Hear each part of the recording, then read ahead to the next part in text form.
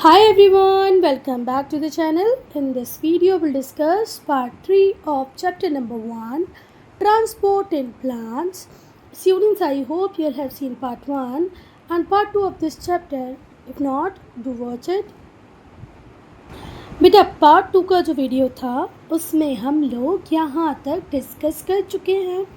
Part 3 हम start करेंगे next topic से, factors affecting the rate of transpiration. Part 2 में हम ट्रांसपिरेशन क्या होता है वो डिस्कस कर चुके हैं. इस पार्ट को हम स्टार्ट करेंगे कि भाई ये जो ट्रांसपिरेशन होता है इसके रेट को कौन से फैक्टर्स अफेक्ट करते हैं. कब ट्रांसपिरेशन कम होगा, कब ट्रांसपिरेशन ज़्यादा होगा, कब बहुत ज़्यादा होगा, कौन से फैक्टर्स हैं जिनका कंट्रीब्यूशन होता है. फर्स्ट है सनलाइट. तो बेटा जब डे टाइम होता है तो ट्रांसपिरेशन ज़्यादा होता है. ऐसा क्यों भाई? क्योंकि जो स्टोमेटा होता है वो ओपन रहता है और अलाउ करता है inward diffusion of carbon dioxide. Inward diffusion of carbon dioxide का मतलब क्या हुआ? वो कंटिन्यूसली कार्बन डाइऑक्साइड को एब्जॉर्ब कर रहा है. क्यों कर रहा है कोई प्लांट कार्बन डाइऑक्साइड को एब्जॉर्ब? वो कर रहा है फोटोसिंथेसिस की प्रोसेस को कंप्लीट करने के लिए. फोटोसिंथेसिस की प्रोसेस होगी ही नहीं अगर कार्बन डाइऑक्साइड नहीं होगी. तो फिर से ध्यान से सुनो, दिन में ट्रांसपिरेशन बहुत तेज़ी से होता है. क्यों भैया? क्योंकि स्टोमेटा ओपन रहता है. भैया ओपन क्यों है? क्योंकि हमें चाहिए कार्बन डाइऑक्साइड. किसके लिए चाहिए? फोटोसिंथेसिस के लिए चाहिए. और ये किस प्रोसेस से आ रही है? डिफ्यूजन की प्रोसेस से आ रही है. जब रात होती है तो स्टोमेटा क्लोज रहता है ना. और इस तरीके से हम कह सकते हैं कि ट्रांसपिरेशन मुश्किल ही होता है. दिन में ज़्यादा होता है, रात में मुश्किल ही होता है. अब बेटा मैं टेम्परेचर को एक्सप्लेन करूं उसके पहले मैं आप लोगों से क्वेश्चन करना चाहूँगी. मुझे बताओ हमें स्वेटिंग ज़्यादा कब होती है? जब गर्मी ज़्यादा होती है ना. जब आप सूरज की धूप के नीचे खड़े हो कंटिन्यूसली, 11:30 12 बज रहे हैं, 1 बज रहा है, तो आपको स्वेटिंग ज़्यादा होगी. कि इवनिंग में 7 बजे खड़े होंगे तो ज़्यादा होगी. ऑब्वियसली बात है जब हम अंडर सनलाइट होंगे 12:30 1 बजे तो स्वेटिंग ज़्यादा होगी. ऐसे होता है ना. तो ट्रांसपिरेशन भी बहुत ज़्यादा होता है हॉट समर डेज़ में क्योंकि पानी का एवापोरेशन बहुत जल्दी होता है. तो प्लांट भी अपनी प्रोसेस को, ट्रांसपिरेशन की प्रोसेस को बढ़ा देते हैं जब गर्मियों का टाइम होता है. ठीक है. हॉट समर डेज़ में ट्रांसपिरेशन बहुत फास्ट हो जाता है. क्लियर है? जैसे हम गर्मी में स्वेट ज़्यादा करते हैं वैसे ही ट्रीज भी ज़्यादा ट्रांसपिरेशन करते हैं समर डेज़ में. क्लियर है? क्योंकि जो एवापोरेशन होता है वाटर का वो बहुत तेज़ी से होने लगता है. अब बेटा मैं थर्ड फैक्टर को एक्सप्लेन करूँ उसके पहले फिर से एक क्वेश्चन पूछना चाहूँगी कि जब हम लोग हेयर वॉश करते हैं तो हेयर वॉश के बाद हमें ब्लो ड्रायर, हेयर ड्रायर की क्यों यूज़ करना पड़ता है? क्यों हम उसको यूज़ करते हैं? जैसे कि हमारे बाल जल्दी से सूख जाए, बस यही रीज़न होता है ना. देखो बाल वैसे भी सूख जाएंगे पर ब्लो ड्रायर का आप यूज़ करते हो तो बाल जल्दी सूख जाते हैं, मतलब हवा सुखाने का काम भी करती है. तो एवापोरेशन जब होता है तो बेटा लीव्स के ऊपर वाटर वेपर होता है और जितनी तेज़ी से हवा चलेगी ये वाटर वेपर मूव अवे हो जाएगा, दूर चला जाएगा. इस एम्प्टी स्पेस को फिर फिल करने के लिए ट्रांसपिरेशन होगा, मतलब पानी फिर एवापोरेशन के फॉर्म में बाहर आ जाएगा. क्लियर है? चलो. तो ट्रांसपिरेशन ज़्यादा होगा अगर बहुत तेज़ी से हवा चलेगी. देखो टेम्परेचर ज़्यादा होगा तो भी ट्रांसपिरेशन ज़्यादा होगा, जब हवा तेज़ चलेगी तो भी ट्रांसपिरेशन ज़्यादा ही होगा. डायरेक्ट रिलेशनशिप है टेम्परेचर और विंड का ट्रांसपिरेशन के साथ. तो ट्रांसपिरेशन ज़्यादा होगा जब हवा तेज़ी से चलेगी क्योंकि जो वाटर वेपर होगी लीव्स के सरफेस पे वो जल्दी मूव अवे हो जाएगी और लीव्स उस सरफेस पे जो वाटर वेपर थी जो अब चली गई है उसको फिर से फिल कर देगी वाटर वेपर से और इस तरीके से तेज़ी से ये काम चलता रहेगा.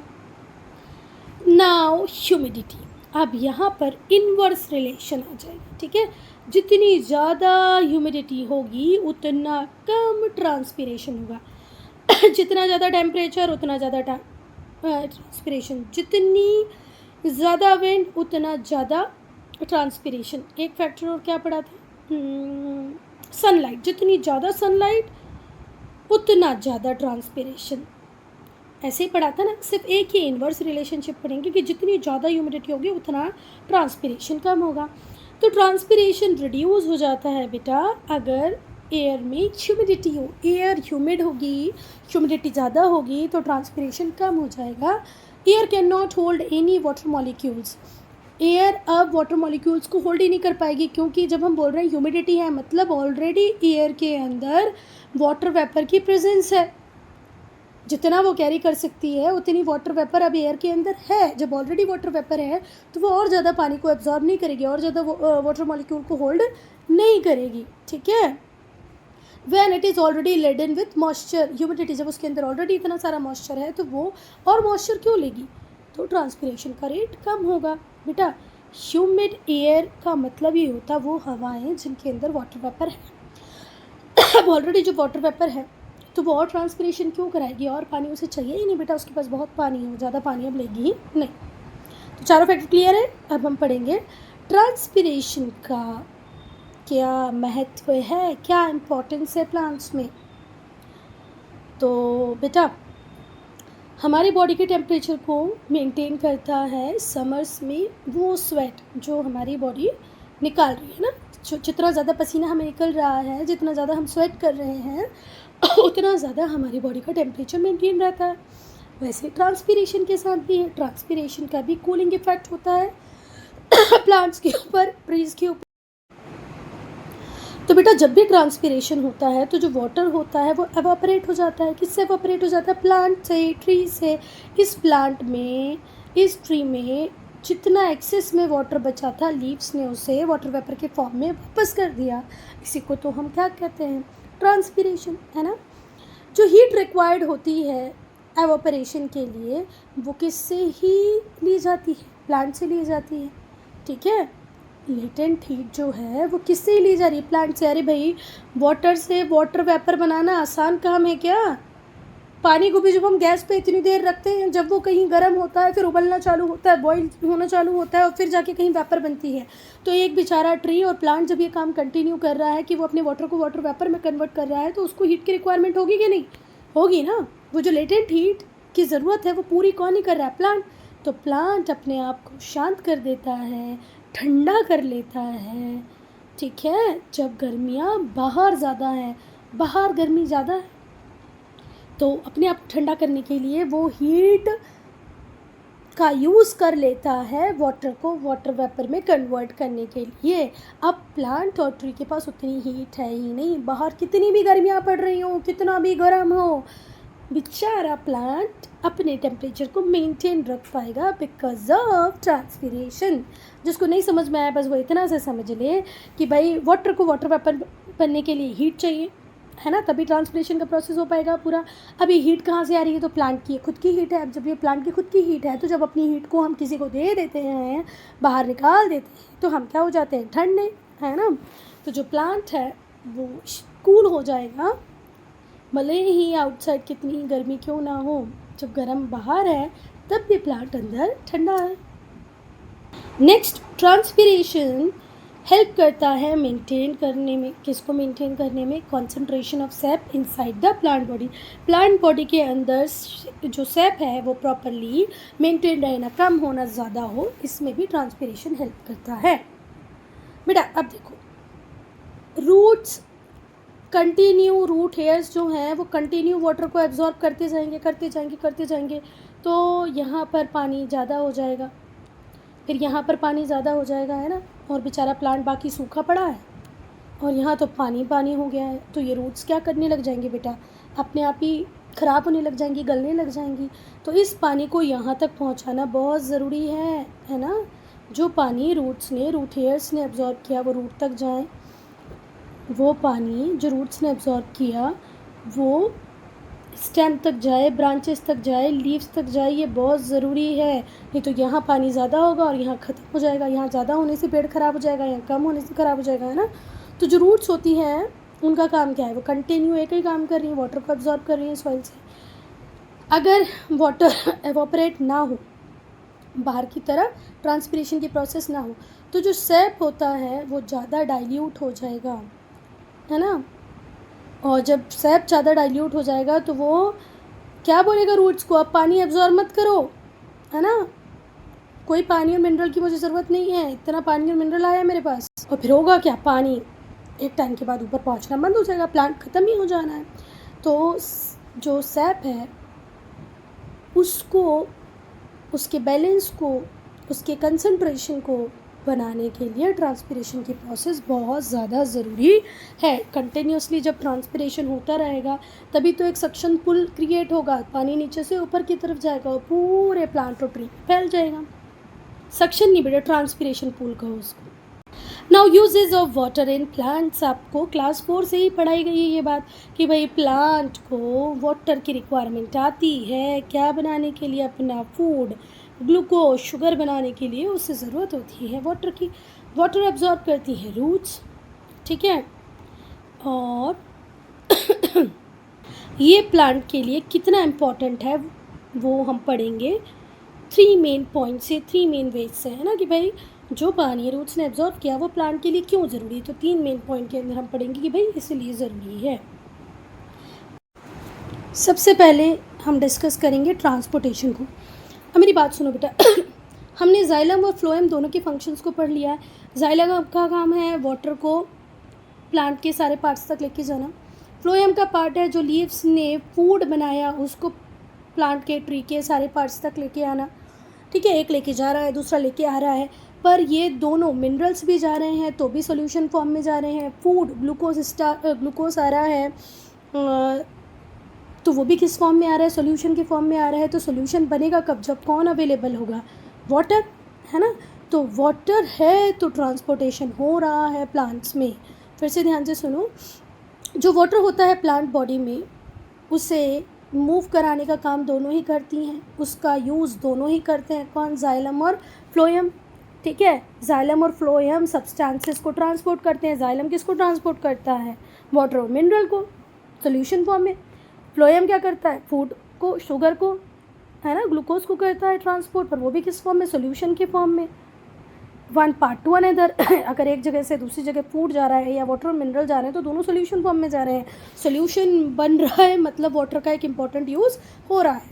तो पहला यूज़ आपको समझ में आ गया ट्रांसपोर्टेशन में। पानी ना हो तो बहुत ही मुश्किल हो जाए। Second, food production.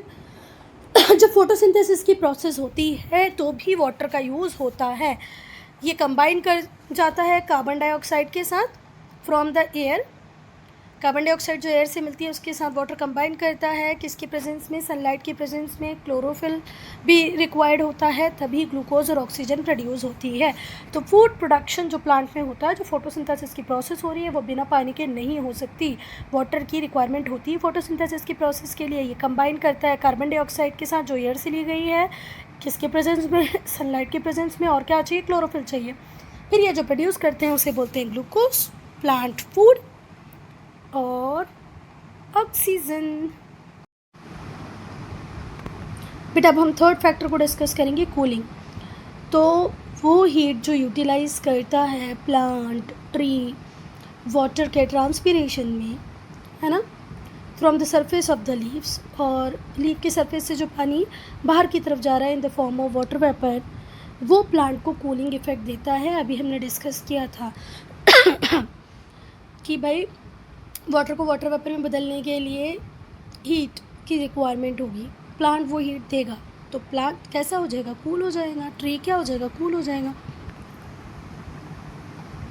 बेटा आप लोगों ने ये एक्सपीरियंस किया होगा, जब आप पेड़ के नीचे खड़े होते हैं हॉट समर में, मिड डे में, तो आपको ठंडा लगता है।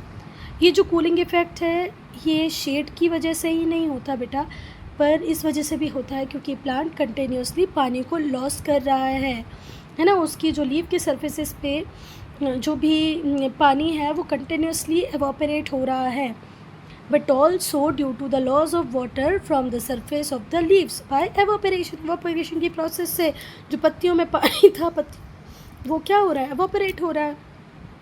क्योंकि एवापोरेशन से कूलनेस आती है तो वहाँ की हवाएं भी, पेड़ के नीचे खड़े होते तो वो हवाएं भी ठंडी हो जाती है। वो सिर्फ इसलिए नहीं आती कि शेड है या हवा चल रही, वो इसलिए भी होती है बेटा क्योंकि प्लांट ट्री कंटिन्यूसली ट्रांसपिरेशन का प्रोसेस कर रहा है, जिससे लीव्स के ऊपर का जो वाटर था वो एवोपरेट हो रहा है, जिससे कूलनेस आ रही है। जो कूल एयर होती है वो कैसी होती है, हैवी होती है, तो वो नीचे की तरफ आती है और सराउंडिंग को प्लीजेंट बना देती है। अगर आप पेड़ के नीचे खड़े हो और यहाँ पर बहुत गर्मी के दिन चल रहे हैं, कंटिन्यूसली ट्रांसपिरेशन हो रहा है, तो ट्रांसपिरेशन जब होगा तो हवाएं आसपास की क्या हो जाएंगी, ठंडी हो जाएंगी। अब ठंडी हो जाएंगी तो जो ठंडी हवाएं होती हैं वो नीचे आती हैं, गर्म हवाएं ज़रूर ऊपर जाती है, तो ये ठंडी ठंडी हवाएं नीचे आएंगी। तो यहाँ पर क्या होगा बेटा, प्लीजेंट हो जाएगा। आपकी सराउंडिंग में आपको अच्छा लगने लगेगा, ओ वाह मज़ा आ रहा है, ठंडा हो गया है। बेटा कुछ मैक्रो और माइक्रो न्यूट्रिएंट्स होते हैं, इनकी अक्रेंस प्लांट्स में होती है और कई बार इनकी डेफिशिएंसी भी हो जाती है। तो 1.1 जो टेबल है उसमें सिम्टम्स दिए गए हैं कि भाई कौन से प्लांट में किस चीज़ की कमी है। बहुत सारी अदर डेफिशिएंसी डिसीज़ भी होती हैं, ठीक है, जो आपके सिलेबस का पार्ट नहीं है, तो जो है वो अभी हम पढ़ लेते हैं। Macronutrient and micronutrients for plant. Nitrogen चाहिए। रोल क्या है प्लांट में, मेजर कॉन्स्टिट्यूएंट होता है सारे प्रोटीन्स के लिए। प्लांट प्रोटीन के लिए नाइट्रोजन ज़रूरी है। अगर नाइट्रोजन नहीं होगा तो पत्तियाँ पीली होने लग जाएंगी, है ना, रिंकल्स आने लग जाएंगे सीरियल ग्रेन्स में। फॉस्फोरस नहीं होगा तो क्या होगा बेटा, इसका मेजर रोल होता है कि सेल मेम्ब्रेन का बहुत बड़ा कॉन्स्टिट्यूएंट होता है और इसमें कुछ प्रोटीन्स भी होते हैं। सेल मेम्ब्रेन के लिए फॉस्फोरस बहुत ज़रूरी है और कुछ प्रोटीन्स भी होते हैं। पर्पल और रेड स्पॉट्स आ जाएंगे लीव्स के ऊपर और सीड जर्मिनेशन भी टाइमली नहीं होगा। फॉस्फोरस नहीं होगा तो सीड जर्मिनेशन टाइम पे नहीं होगा। पर्पल और रेड स्पॉट्स आ जाएंगे लीफ पर और कॉन्स्टिट्यूएंट बहुत बड़ा होता है सेल मेम्ब्रेन का फॉस्फोरस नहीं होगा तो सेल मेम्ब्रेन प्रॉपर काम नहीं कर पाएगी। अब हम बात करेंगे पोटेशियम की। तो पोटेशियम क्या रोल है इसका, ये ग्रोइंग टिश्यूज़ में बहुत ज़्यादा होता है। ये इन्वॉल्व होता है स्टोमेटा की ओपनिंग और क्लोजिंग में। तो स्टोमेटा ओपन क्लोज नहीं होगा तो ट्रांसपिरेशन नहीं होगा। तो स्टोमेटा कब नहीं होगा, जब पोटेशियम की कमी होगी। तो पोटेशियम होने ज़रूरी है स्टोमेटा की ओपनिंग क्लोजिंग के लिए और ये ग्रोइंग टिश्यूज़ में बहुत ज़्यादा मिलता है। अगर पोटेशियम नहीं होगा तो ग्रोथ नहीं होगी, ट्रांसपिरेशन का रेट बहुत ज़्यादा कम हो जाएगा। अब माइक्रोन्यूट्रिएंट की बात करेंगे तो आयरन Fe, इसका क्या रोल है, इसके अंदर कुछ प्रोटीन्स होते हैं जो प्लांट के लिए रिक्वायर्ड होते हैं। पत्तियाँ पीली होने लग जाएंगी। मैंगनीज इसके अंदर कुछ एंजाइम्स होते हैं जो भी प्लांट को रिक्वायर्ड होते हैं, नहीं होंगे तो पत्तियाँ पीली पड़ने लग जाएंगी और ग्रे स्पॉट्स आ जाएंगे पत्तियों के ऊपर। जिंक, इसमें प्लांट हार्मोन्स होते हैं, ये भी एंजाइम्स को एक्टिवेट करता है। लीव्स का शेप अलग होने लग जाएगा, पत्तियाँ पीली होने लग जाएंगी, प्लांट की ग्रोथ रुक जाएगी। तो बेटा यहाँ पर होता है आपका चैप्टर फिनिश।